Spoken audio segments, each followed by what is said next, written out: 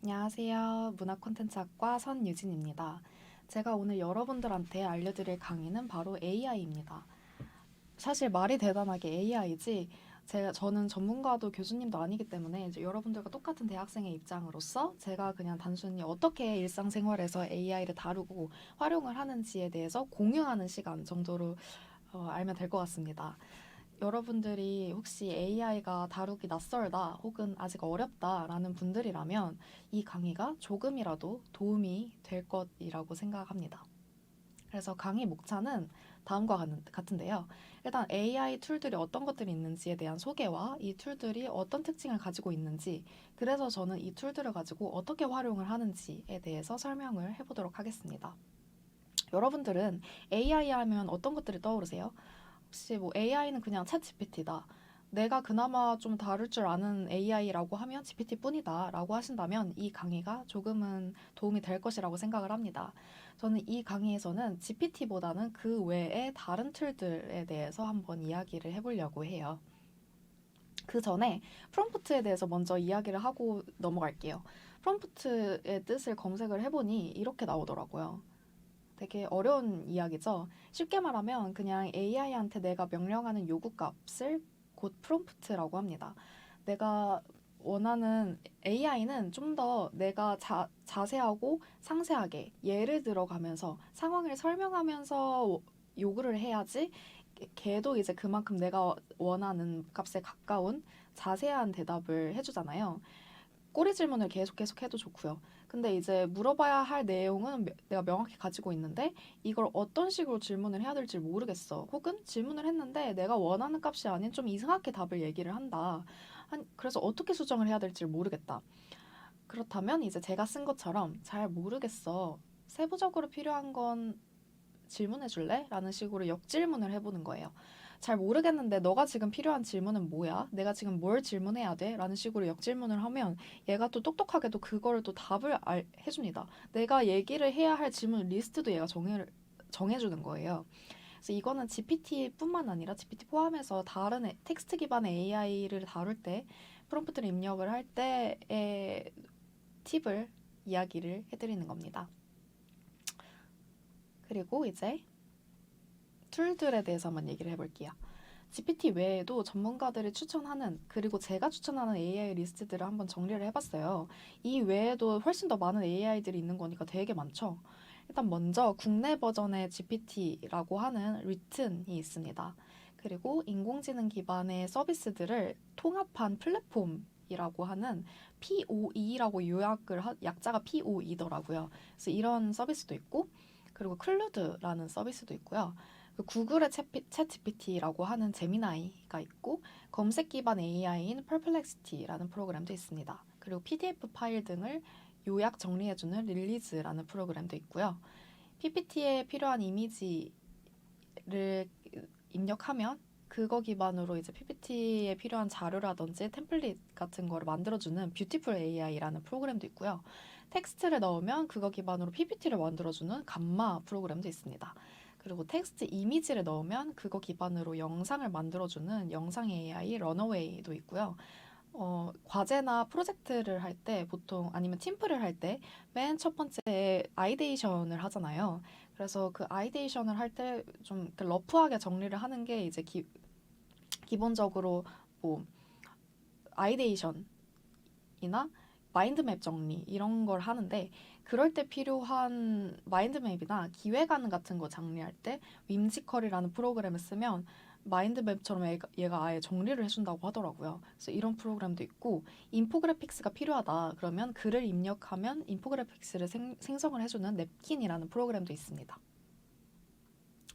그래서 이 중에서 제가 좀 유용하게 쓰는 툴들을 좀 자세하게 알려드릴게요. 그래서 방금 말한 릴리즈라는 프로그램은 PDF 파일뿐만이 아니고 영상, 웹사이트, 녹음 파일, 녹음본과 같이 파일이나 링크를 입력을 하면 그대로 요약 정리를 해주는 프로그램입니다. 그래서 예를 들어서 교수님이 주시는 100페이지 가까이 되는 대용량의 학습 자료나 뭐 논문 자료 이런 거를 좀 핵심만 좀 정리해서 요약한 그런 추출본을 가지고 싶다 하면은 이 프로그램을 써셔도 좋고요. 제가 안 그래도 어제 66페이지 가까이 되는 수업 교수님이 주신 자료를 한번 여기에 넣어봤더니 그냥 책처럼 쭈루루룩 텍스트로 정리를 해주는 것뿐만이 아니고 제가 노트에다가 좀 필기 요약 정리하듯이 그런 식으로 노트 정리도 해주더라고요. 그래서 굉장히 똑똑한 아이다라는 걸 느꼈습니다. 그리고 오렌지 데이터 마이닝이라는 프로그램도 있어요. 얘는 많은 장수의 사진, 100장 가까이 그 이상 되는 대용량의 장수의 사진을 넣으면 내가 원하는 카테고리가 있어요. 그럼 카테고리를 입력을 하면 그 카테고리대로 분류를 해주는 프로그램입니다. 그래서 PPT를 만들 때나 사진, 이미지를 좀 많이 다루시는 분들은 특히 유용하게 쓸 것 같습니다. 클루드라는 프로그램도 있어요. 방금 제가 언급을 했던 프로그램인데 얘는 마찬가지로 한국어에도 문제없이 쓸 수 있고 GPT보다도 좋은 성능의 결과값을 만들어줍니다. 특히 무엇보다 내가 원하는 무슨 톤 앤 매너로 맞춰서 정리를 해줘 라고 하면 그거에 대해서 특히 맞춰서 잘 정리를 해주는 프로그램이더라고요. 그리고 펄플렉시티라는 프로그램이 있습니다. 얘는 실시간 검색 기반의 AI인데 내가 원하는 분석하고자 하는 사이트에 링크를 입력을 하면 그 사이트에 있는 모든 정보를 일목요연하게 정리를 해줍니다.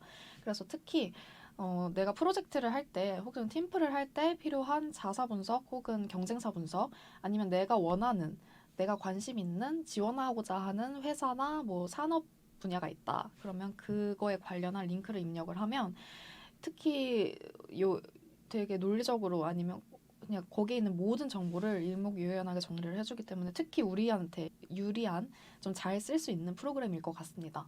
그 GPT도 그렇고 얘도 특히 영어에 특화된 프로그램이기 때문에 한국어로보다는 영어로 입력을 해서 영어로 받는 게 훨씬 더 상세한 정보값이 나와요. 그래서 영어로 추출을 해서 맨 마지막에 최종 추출값을 기반으로 이거 한글로 번역을 해줘라고 하면 되기 때문에 영어로 요구를 하는 걸 추천드리고 근데 아쉬운 건 유료 서비스예요. 근데 이제 유료임에도 충분히 쓸 가치가 있는 툴이라고 생각을 하는데요. 좀 작은 팁을 알려드리자면 SKT 멤버십을 쓰시는 분들은 회원가입을 할 때 무료로 쓸 수 있기 때문에 그 점을 참고를 하시길 바랍니다. 그래서 이 툴도 추천을 드리고 그래서 이런 많은 툴들이 있는데 이걸 GPT 하나만 골라서 쓰기보다 클루드 하나만 골라서 쓰기보다는 이런 여러 툴들의 특화된 역할을 쏙쏙쏙 뽑아 먹는 걸 추천드려요. 그래서 이렇게 여러 개를 활용하는 걸 추천드리는데 저는 어떻게 하냐? 예를 들어서 펄플렉시티를 통해서 얘는 서치 기반 AI라고 했잖아요. 그래서 내가 원하는 링크를 입력을 해서 그거의 정보값이 나오죠? 그러면 그 정보값을 GPT에다가 넣는 겁니다. GPT로 넣어서 이거를 한번 좀 일목요연하게 다시 한번 정리를 해줘라고 이제 영어로 요구를 해서 이제 추출을 하죠. 그러면 그 정보값을 또 이제 클루드에 넣는 겁니다. 클루드에 넣어서 이러이러한 톤 앤 매너에 맞춰서 다시 정리를 해줘라고 하면 이제 또 두 번 걸러진 정보값이 나오겠죠. 이렇게 여러 번 좀 필터링된 정보값은 좀 더 정확하고 내가 원하는 그 값에 맞춰진 정보값이겠죠. 그래서 이런 식으로 AI를 조금 더 똑똑하고 여러 개 똑똑하게 쓰는 겁니다. 그래서 저는 이런 식으로 AI의 각 특징들에 맞춰서 좀 쏙쏙쏙 뽑아 먹는 걸 추천드려요. 그래서 저도 일단 전문가도 아니고 배우는 상황이기 때문에 그냥 냅다 쓰는 것도 뭐 나쁘지 않지만 어느 정도는 조금이라도 공부를 하고 하시는 걸 추천드려요. 그래서 안 그래도 AI 뭐 좀 어려울 것 같은데 이걸 또 어떻게 공부를 하냐 라고 생각이 들 수 있어요. 근데 그냥 냅다 하는 것보다 공부를 하고 뭐 조금이라도 뭘 알고 시작하는 게 확실하게 다르더라고요. 그래서 제가 추천드리는 방법은 매체를 통해서 공부를 하고 그 다음에 쓰는 건데요. 관련한 유튜브도 요새 너무 많이 잘 나와 있죠. 근데 거기에 더해서 저는 책을 추천을 드립니다.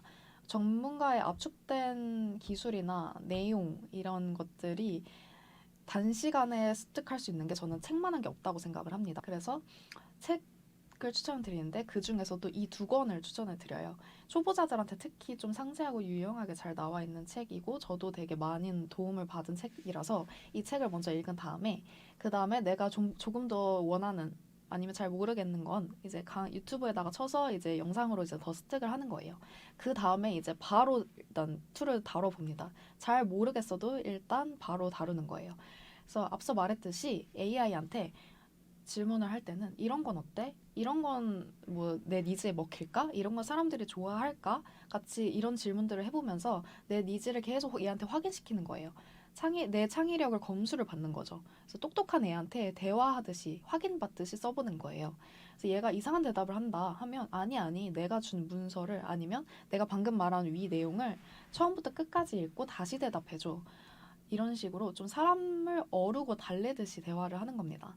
그래서 일단 익힌 다음에 냅다 써보세요. 그래서 써보면 써볼수록 여러분 손에 익을 겁니다. 이건 확실해요. 그래서 그 다음에 이제 내 업무나 내 할 일에 좀 효율적으로 도와주는 친구, 똑똑한 비서를 한 명 두는 거죠. 그래서 그런 식으로 쓰는 걸 추천드리겠습니다. 그래서 AI가 인력을 대체하는 것이 아닌 AI를 도구로 활용해서 내 효율성을 끌어올리는 환경이 되도록 그런 환경이 되도록 저도 노력하고 있고 여러분도 이 강의를 통해서 조금이라도 도움이 됐으면 좋겠습니다. 이렇게 AI 관련한 강의는 마치도록 하겠습니다. 제 강의가 조금이라도 도움이 되길 바라면서 마치겠습니다. 감사합니다.